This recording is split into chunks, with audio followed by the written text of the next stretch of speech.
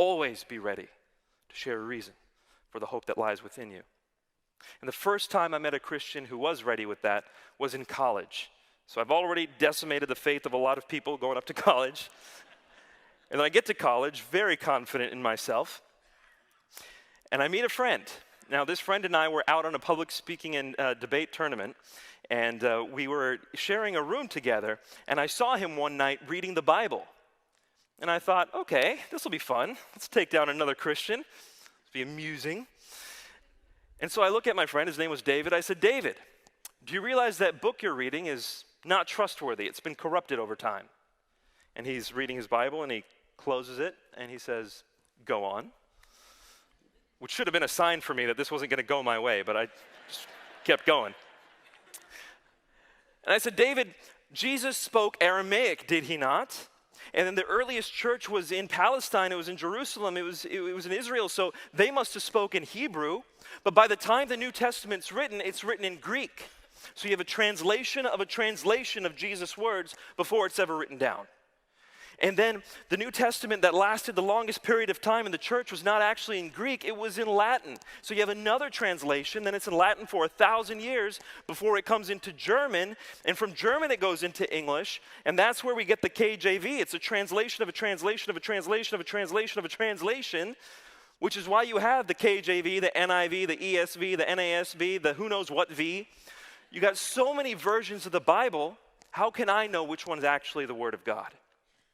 Now that had worked on many Christians, and I was ready for him to crumple under the weight of my argumentation.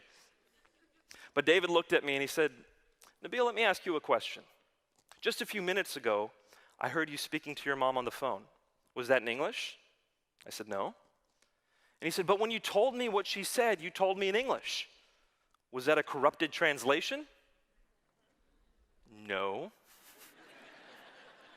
He said, Nabil, when you are multilingual, you can take a message that's given in one language and accurately translate that message into another language, and you've preserved the message. And that's exactly what the disciples did. They're able to listen to Jesus, whatever language Jesus spoke, and write it in Greek. And of that Greek New Testament manuscript, we have in our possession over 6,000 copies today. And he said, Nabil, if we didn't have any one of those copies, we have in our possession over 10,000 Latin, Coptic, and Syriac translations of the early Greek New Testament manuscripts. And he said, if we didn't have any of those translations, we have over 30,000 quotations of the New Testament from the early church fathers with which we can reconstruct virtually the entire New Testament many times over again. Nabil, we know with certainty the message of the original New Testament. And I looked at him and I said, David, you're making this up. I said, I've talked to dozens of Christians. No one have told me this before. He said, you think I'm making this up? I said, yeah, I think you're making this up. He said, well, then you better bring it. I'm like, it's been brought. Let's go. And so from that point on, David and I start arguing about these things, but we do it in a pursuit of truth. In fact, we start arguing so much that we decide to start signing up for classes together so we can sit in the back and argue with each other the whole time. We go to each other's houses and study and just argue some more. And over the course of time, because we spent so much time together in pursuit of truth, we became best friends. I ended up being one of the groomsmen at his wedding. I was there when his first child was born. All of this time I spent with him, becoming closer to him. And in that, I knew that David would take a bullet for me.